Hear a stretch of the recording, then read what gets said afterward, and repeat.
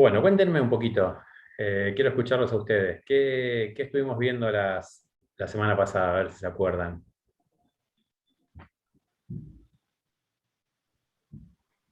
Hablamos lo de Henry Ford y vimos algunos de los 14 principios de Taylor, creo que era. No, Taylor no, ¿cómo era? Fayol. Ese, de Fayol. De Y Fayol, Gracias. hablamos bien. de quién era y por qué es importante. Bien. ¿Y de Fayol qué más hablamos? ¿Solamente los principios? Las 5 funciones administrativas, un poco de los principios y un poco su historia, por qué consideraba fundamental al administrador. Y algo más. Me está faltando otro temita. 5 funciones del Que administrador y otra cosa vimos antes. lo de que se fijó no solo en la parte de producción, industria, Sí. que miró toda la organización y no solo la parte productiva. Y Que, establece entonces funciones de la organización. Las funciones que serían comprar, comprar y vender, pagar, cobrar, claro, producir. Exactamente, bien, ¿sí? Funciones técnicas, comerciales, financieras, seguridad, contables y funciones administrativas también. Y después sí desglosa las administrativas al darle una mayor importancia. Bien. Estos autores que estuvimos mencionando la clase pasada son autores de la llamada escuela clásica, junto con Taylor, que vimos la clase anterior. Es muy común que pase lo que sucedió recién, y es que digan los 14 principios de Taylor. ¿Por qué? Porque es fácil de mezclarse estos autores, porque piensan cosas bastante parecidas, y además porque quizás Taylor es más conocido que Fayol, entonces uno lo considera como el más importante y asocia todo lo que ve en la escuela clásica a Taylor, y no es así. Una pregunta que alguna vez tomé en un parcial, no va a ser el caso de ustedes porque lo de ustedes va a ser multiple choice, pero algunas preguntas que he hecho algunas veces tienen que ver con, por ejemplo, eh, cuáles son las diferencias entre los tres autores. No en que se parecen, sino en que se diferencian. Sí que es más complicado porque son bastante parecidos, hay que buscar puntualmente en qué se diferencian. Bien, es un lindo ejercicio para hacer como para ver si uno ya tiene el tema incorporado o no. En lectura del libro ya vamos por el capítulo 5, el capítulo 4, perdón. Hoy vamos a empezar el capítulo 5. Bien. Avísenme si se escucha bien porque saltó el cartelito de conexión inestable. Así que cualquier cosa me hacen señas. Me mudé, pero sigo con el mismo problema de internet, evidentemente. Así que ustedes me avisan cualquier cosa. No aprendí, vieron que los hombres son los animales que tropiezan 2 veces con la misma piedra. Entonces, ¿qué hice? Contraté la misma empresa. Un boludo, básicamente, pero bueno, es lo que había. Entonces, escuela clásica, con esto ya quedaría terminada. Sí tienen que acordarse de profundizar la lectura, no alcanza solamente con lo que vimos en clase. Es importante que uno observe cuando un alumno da una respuesta de que se está basando en lo visto en la clase y también en lo leído en el libro. Uno se da cuenta muy rápido si leyeron o no. Hay palabras, hay términos, hay ejemplos que son o muy míos o muy de Chiavenato. Entonces enseguida me doy cuenta eh, qué es lo que estuvieron haciendo ustedes. Si estuvieron solamente quedándose con las clases o también estuvieron incorporando el libro. Con el tema que vamos a ver hoy, justamente el problema que tenemos es que se queda mucho con lo que vemos en clase y se queda mal con lo que vemos en clase.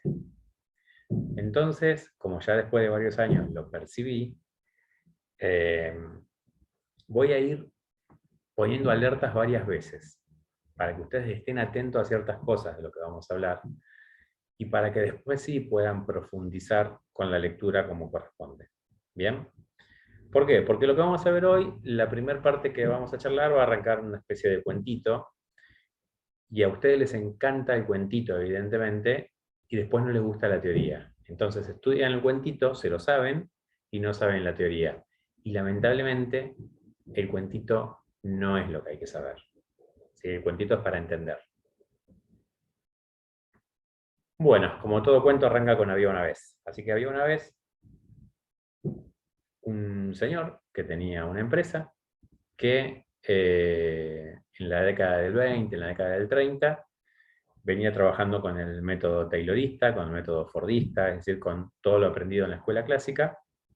En realidad hubo varios señores que trabajaron de esta manera. ¿Se acuerdan que yo les dije que sobre todo la Organización Racional del Trabajo se desparramó muy rápido, tanto por las empresas de Estados Unidos como en Europa?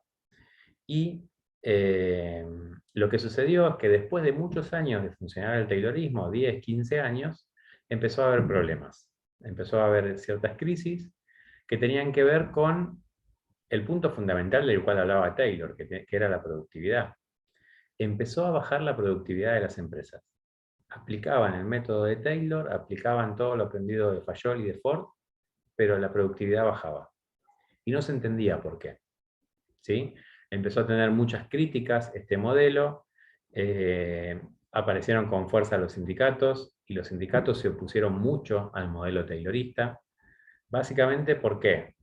Porque había un trabajador que todo el tiempo hacía una sola tarea, que continuamente la repetía, que se aburría en el trabajo, que no tenía margen de error, porque cualquier movimiento innecesario era un movimiento ineficiente, era un movimiento que debía de ser eliminado. Que trabajaba y se le pagaba a partir de lo que trabajaba.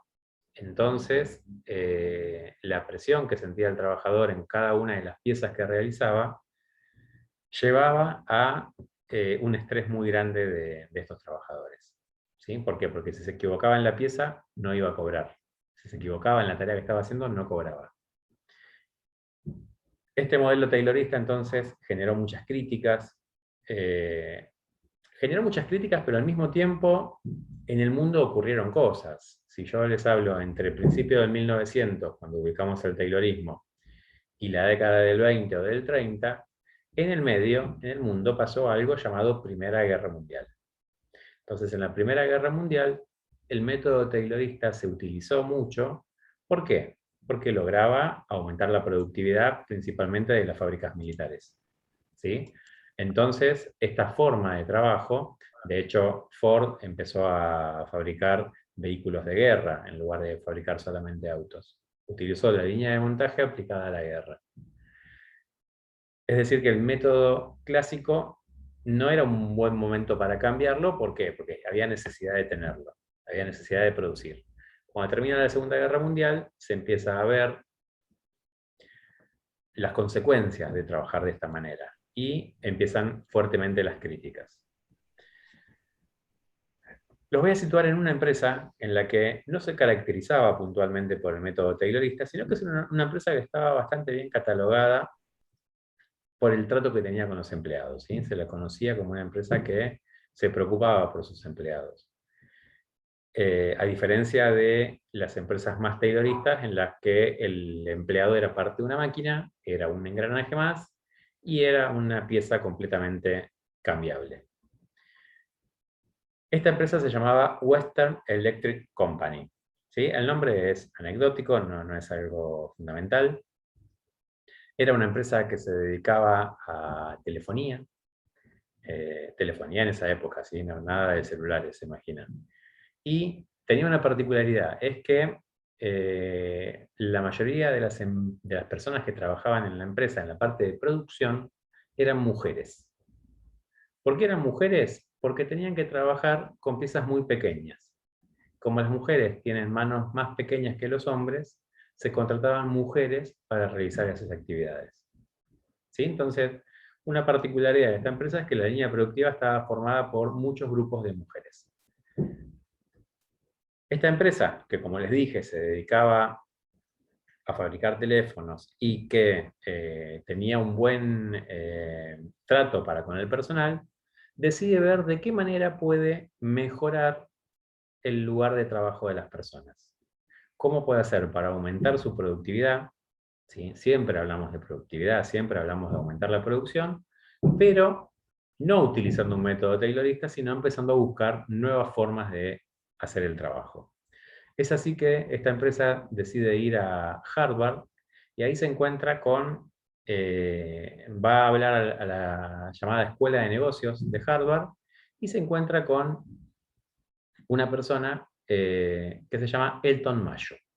¿Sí? Elton Mayo era un sociólogo y psicólogo que trabajaba en Harvard y bueno, se dedicaba básicamente a la parte empresarial.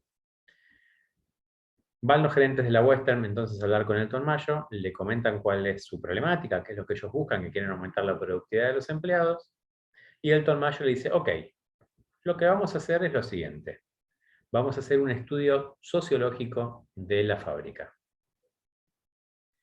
Los gerentes de la Western le dicen no. ¿Por qué le dicen que no? Porque estábamos en principio del siglo XX. ¿Se imaginan ustedes? La psicología, la sociología, no eran ramas que estuvieran muy desarrolladas. Hoy en día se discute la psicología, ¿sí? ¿Quién no tiene un amigo que dice, yo no voy al psicólogo, para eso tengo amigos y demás? Entonces, si pasa hoy en día, imagínense hace casi 100 años. Estaba muy discutida la psicología y la sociología. Cuando un empresario va a Harvard a buscar una solución productiva, no se espera que le hablen de un estudio sociológico. Por lo tanto, los gerentes de la Western le dijeron que no querían hacer eso. Elton Mayo, muy inteligente, le dice, ok, entonces vamos a hacer lo siguiente. Vamos a analizar cómo afectan las variables ambientales al ámbito laboral. Hay muchas variables ambientales, podemos hablar de la temperatura del ambiente, por ejemplo, de la humedad que haya en el ambiente, la oxigenación, bueno, ya dije la temperatura, de la luz que tengan, del ruido. ¿Sí? Son todos factores ambientales que afectan a un lugar de trabajo.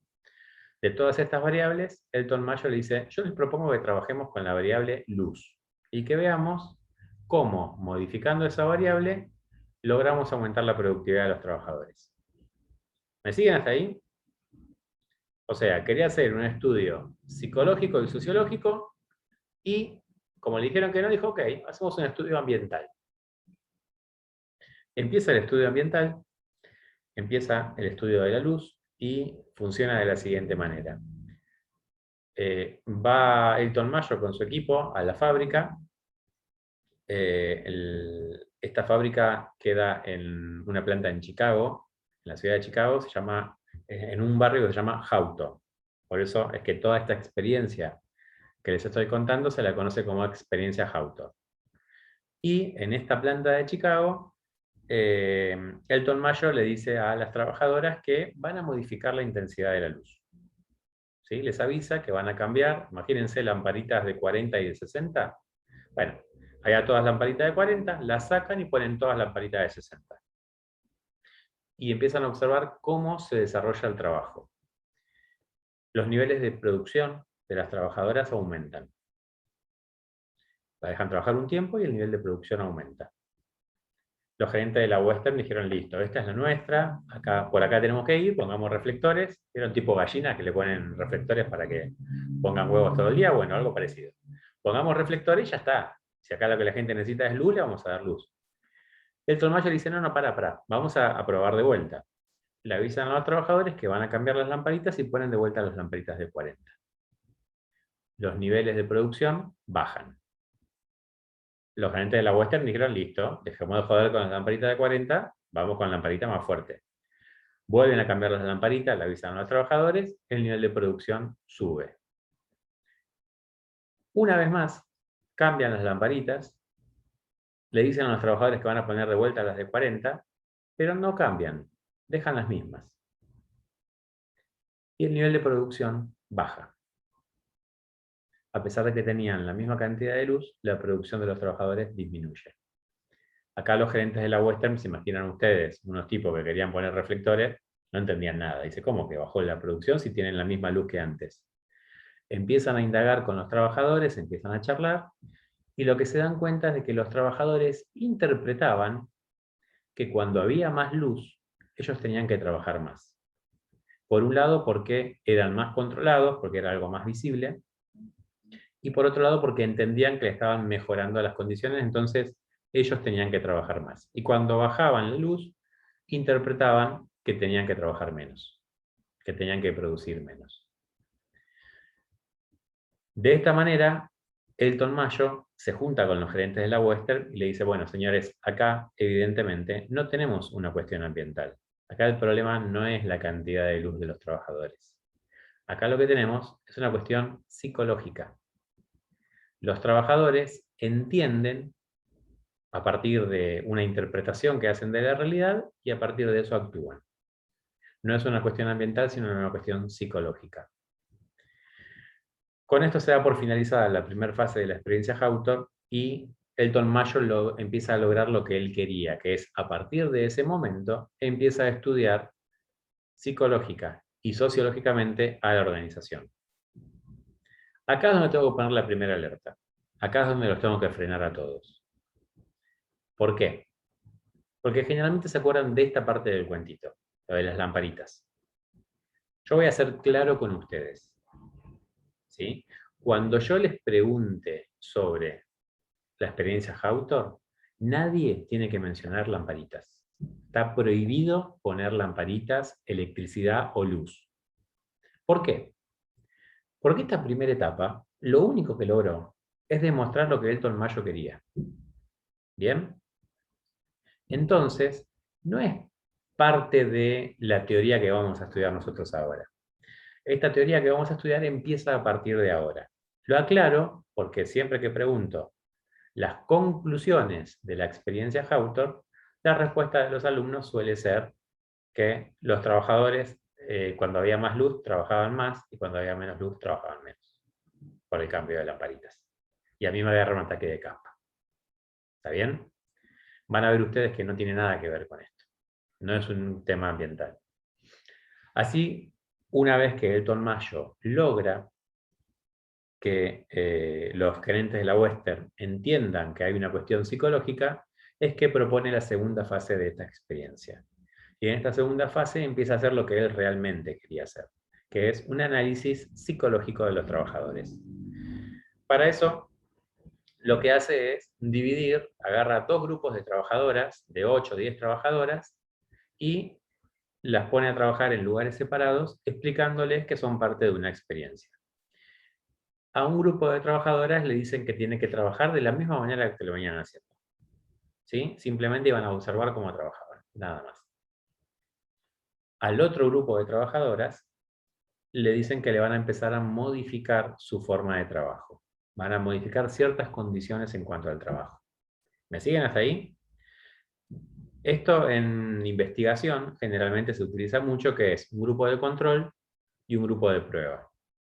Entonces el grupo de control sirve justamente para comparar con el grupo de prueba.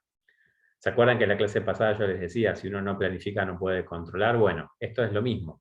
Si no tengo algo contra qué medir, no tengo forma de controlar.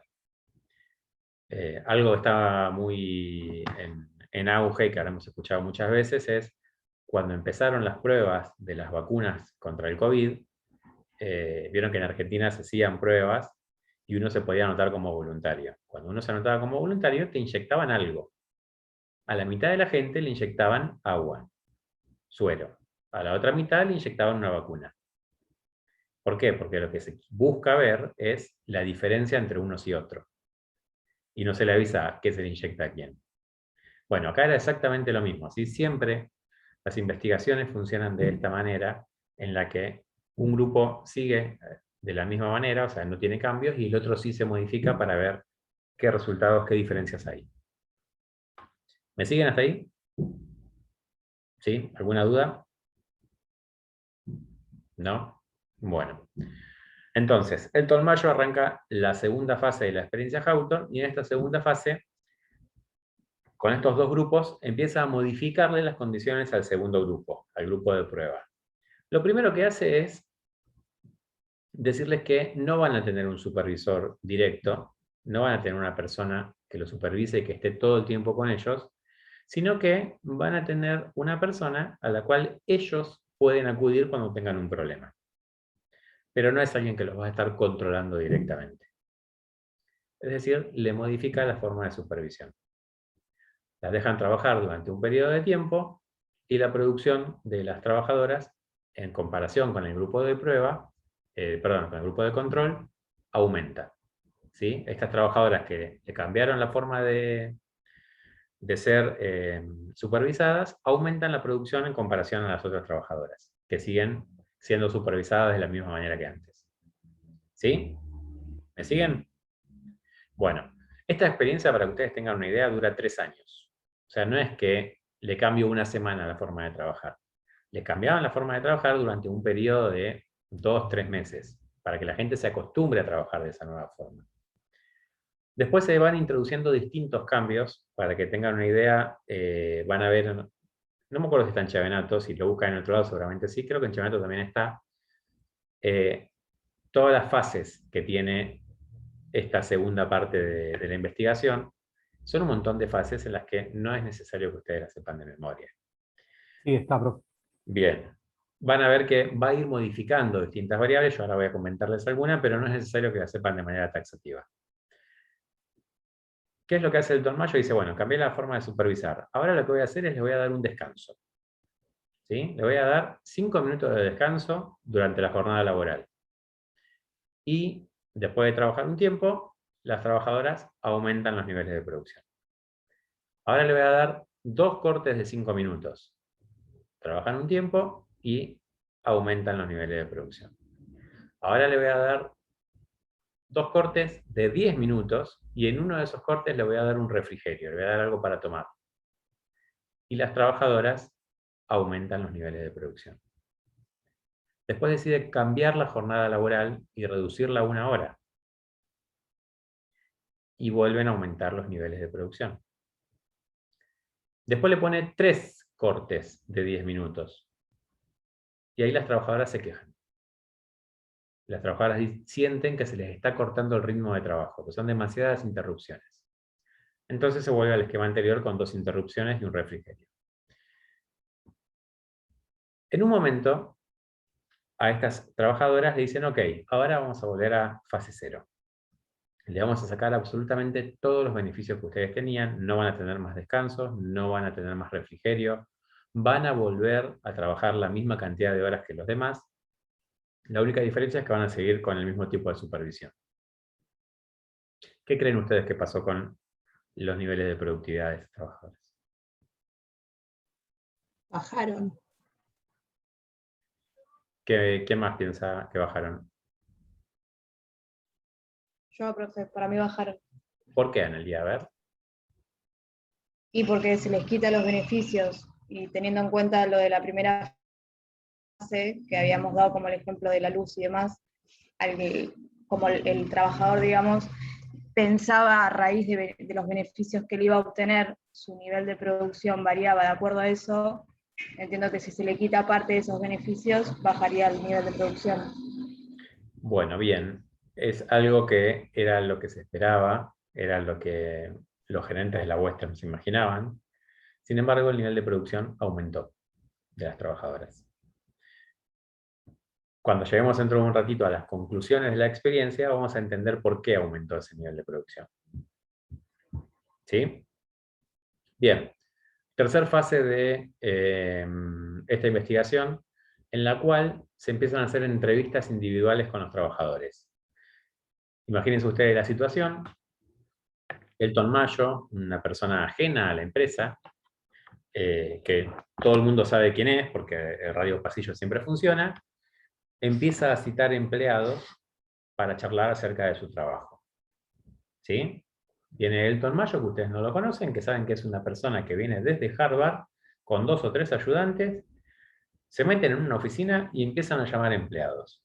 Y lo llama a alguno de ustedes. ¿Qué pensarían ustedes si reciben esa situación? Que lo llame a alguien ajeno a la empresa para preguntarle sobre su trabajo. Me cago en las patas lo primero. Bien, Lo van a bien. rajar. Le Miedo, paro la ya, carta tienes renuncia. miedo. Bien, exactamente. Exactamente. Lo que quiso decir Michelle es que se llenaba de miedo. No sé si se entendió la metáfora. Exactamente, ¿sí? Los trabajadores se asustaron. ¿Por qué? Y la verdad que pensás que te van a echar. Entonces, cuando empezaron a hacer las entrevistas, las respuestas que obtenían los entrevistadores eran todas respuestas políticamente correctas, ¿sí? Le preguntaban, ¿te gusta tu trabajo? Respuesta del empleado. ¿Cuál pudo haber sido la respuesta? ¿Qué se imaginan ustedes? Sí, que sí. Sí, por Sí. supuesto. Ahí había otra opción, ¿no? Me encanta mi trabajo. ¿Te llevas bien con tu jefe? Mi jefe es mi segundo padre. ¿Cómo no me voy a llevar bien con él? Nos llevamos bárbaro. Y con tus compañeros, son mi familia mis compañeros. La verdad que... ¿Estás conforme con lo que te pagan? Sí, la verdad que sí, estoy bien. Estoy muy conforme con lo que me pagan. Y empiezan a entrevistar a distintas personas y todas las respuestas eran iguales. Todos le respondían más o menos lo mismo, es decir, cosas políticamente correctas. Hasta que en un momento van un día a hacer una entrevista y cuando van a entrar a la oficina para empezar a llamar a las personas para entrevistar, se encuentran a un empleado adentro sentado, que los estaba esperando. ¿Sí? Llega el Mayo con sus compañeros y este empleado ya estaba adentro diciéndole, vení, el Mayo, vení. Yo te voy a contar qué es lo que pasa acá adentro. ¿Por qué? Porque siempre tenemos uno que está utilizando más o menos las mismas metáforas de Michel, siempre tenemos uno que está hinchado las bolas. Y ese es el que tiene ganas de hablar. ¿Sí? Entonces, cuando encontramos a un empleado que tiene ganas de hablar, nos empezamos a enterar de cómo son las cosas dentro de la empresa. Entonces te va a contar que Juancito es un desastre, pero Juancito no lo echan porque es amigo de Pedrito, que Pedrito entró a la empresa porque es el sobrino del dueño, que hay un sector en el que sabemos que se roban todo, que hay jefes que maltratan a los empleados, etcétera, etcétera, etcétera. Empieza a contar todo lo que pasa en la empresa. Imagínense ustedes el Tolmayo con los colaboradores tomando nota a más no poder. Eso no pasó exactamente como yo se los cuento, pero yo me lo imagino así porque me encantaría esa secuencia. Pero sí lo que pasó es que hubo gente que habló. Hubo gente que dio respuestas comunes a partir del miedo y hubo gente que decidió decir lo que realmente sucedía en la empresa. Después entonces se pasó a una cuarta fase de la experiencia en la cual se hicieron encuestas a los trabajadores, encuestas anónimas, encuestas escritas. Y ahí también obtuvieron bastantes respuestas porque las encuestas escritas y anónimas pueden llevar a que alguno que antes no se animó a hablar se anime a hablar. Puede llegar a ser, no significa que sea. ¿Sí? Yo, cuando cursábamos presencial, la última clase, solía pedirle a los alumnos que en una hoja escribieran algo acerca de qué les había parecido la materia, qué le parecieron los profesores, la bibliografía y demás. Y había gente que me lo entregaba con miedo, porque yo después, a las 2 semanas, tenía que tomar final. Y había gente que lo entregaba con miedo y había respuestas que eran políticamente correctas. ¿Sí? Sos el mejor del mundo, te queremos, qué buena materia. La voy a desaprobar solamente para cursarla de vuelta, de tan buena que está. ¿Viste? Cosas así que vos sabías que no eran la verdad. Entonces, el escrito no siempre va a dar lo que uno espera, pero bueno, sí, el anonimato ayuda a tener respuestas un poquito más objetivas. ¿Bien? Bueno, con todas estas 4 fases es que Elton Mayo empieza a establecer conclusiones de esta experiencia Hawthorne. Insisto, pasaron 3 años. ¿Sí? No fue algo de un día para el otro. Y acá es donde yo quiero que ustedes hagan hincapié, y acá es donde ustedes tienen que centrar el estudio. La lectura es completa del capítulo. Pero el estudio del capítulo se tiene que centrar en lo que vamos a mencionar ahora, que son las conclusiones de la experiencia Hawthorne. ¿Sí? Las conclusiones ustedes las van a ver que en el libro las tienen enunciadas en una parte, que será una hoja, 2, no más que eso. Sin embargo, a continuación, tanto el capítulo 5 como el capítulo 6 siguen profundizando esas conclusiones. Ahí es donde ustedes tienen que profundizar con la lectura. ¿Bien? Entonces vamos a charlar un poco de cuáles fueron las conclusiones de la experiencia Hawthorne. Lo primero que se pudo observar es, bueno, que había un factor psicológico claramente que afectaba a los trabajadores y analizando la fase 2, ¿se acuerdan de estas trabajadoras que habían separado? se empezó a ver por qué aumentaban sus niveles de producción. Y además se empezó a ver algo muy curioso. Y es que cuando termina la experiencia, este grupo de 8 o 10 trabajadoras que estaban en este grupo aislado, que habían aumentado mucho sus niveles de producción, tienen que volver a trabajar con el resto de la planta. ¿Sí? Después de 2 o 3 años de estar trabajando separados, tienen que volver a trabajar con el resto. Lo que esperaban los gerentes era que estos empleados, cuando volvieran con el resto, generaran un efecto contagio. ¿Por qué? Porque se seguía pagando por unidad producida. Y esta gente tenía mayor productividad. Entonces, se esperaba que el resto de la gente quisiera imitarlos para también aumentar la productividad y de esa manera aumentar su sueldo.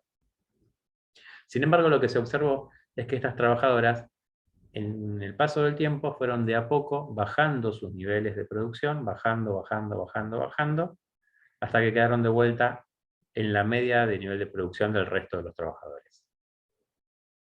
¿Por qué creen que pasa eso? Porque se dispersaban hablando las mujeres. La No leí el supervisión. capítulo. No, puede es ser que... para integrarse con el grupo. Para integrarse Claro, con perdón, el es que resto. está bien, Rocío, que no hayas leído el capítulo, porque la idea es qué es lo que piensan ustedes, más allá de lo que diga la teoría. Antes se podían dispersar charlando también, porque eran 8 o 10 mujeres que podían estar charlando igual. Como lo que decía Florencia tiene mucho que ver, que es, repetirlo, Florencia, porque fue muy Para justo lo que integrarse, dijiste. digo, para no sobresalir ni quedar por debajo, estar a la altura del resto. Exacto. Lucas, ¿querías comentar algo? No, iba a decir que se genera un efecto contagio, pero de inverso, digamos. Claro. Que las otras se adaptan a las que estaban en la planta, digamos. A las que estaban. Las separadas se adaptan a las que no estaban separadas, digamos. ¿Y por qué? No ¿Por qué te sucede dejan. eso? Quien trabajó en una fábrica alguna vez, aunque no sea, yo no fui operario, pero trabajé en una fábrica, los operarios, los grupos tienden a persuadir al que sobresale para que no sobresalga. Exactamente, exactamente. Bien, Lautaro, es así. ¿Por qué? Justamente lo que empieza a suceder es que, imagínense ustedes en su lugar de trabajo que agarran a 8 compañeros de ustedes, se los llevan por 2 años y después vuelven. Y encima ustedes se enteran, porque uno en una fábrica o en cualquier empresa se entera de todo, se enteran de que a esos operarios les modificaban la forma de trabajar, les daban algo para tomar, les daban descansos, estaban ganando más plata que ustedes porque producían más, y vuelven a trabajar con ustedes. Era como que llegaban los favoritos. Entonces los favoritos fueron recibidos como tales, son los favoritos de la empresa, no los favoritos de los compañeros de trabajo.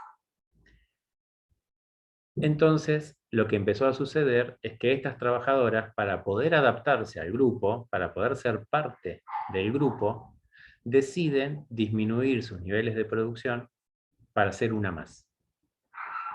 Y acá lo que primero que se empieza a observar es el concepto de hombre social.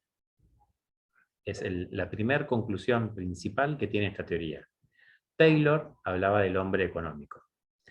Esta escuela, que no le di el nombre todavía, y que se llama Escuela de Relaciones Humanas, va a basar su teoría en el denominado hombre social.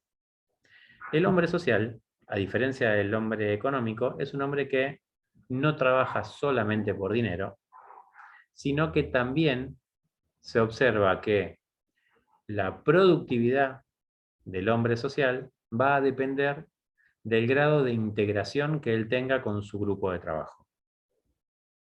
La productividad del hombre social depende del grado de integración que tiene con el grupo de trabajo. ¿Bien? Este hombre social le interesa, más allá del dinero, también el cómo se lleva con sus compañeros de trabajo. El cómo se siente en el ámbito laboral. No es solamente ganar más plata, sino que también hay un factor social que es el que va a llevar a que un trabajador decida aumentar o disminuir sus niveles de producción. Lo que dijo Lautaro es exactamente así. El grupo no te deja. Pero no es que no te deja y te atan las manos. No te deja de otra manera. ¿De qué manera? ¿Se imaginan de qué manera el grupo no te deja aumentar tu productividad?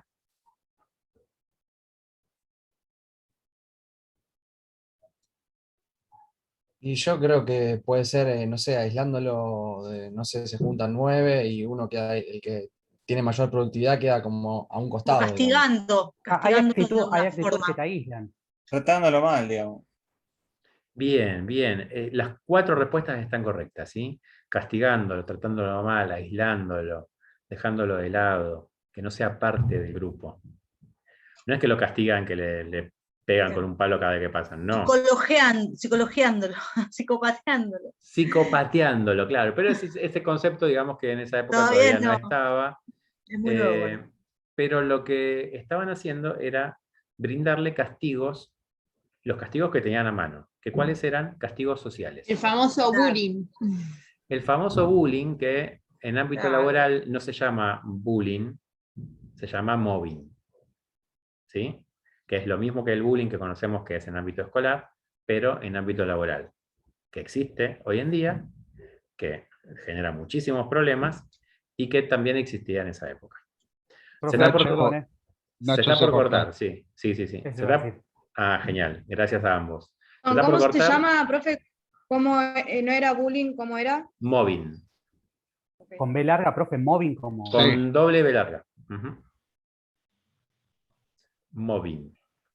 Bueno, cortamos y entramos de vuelta en un minutito, ¿sí? Dale. ¿Listo?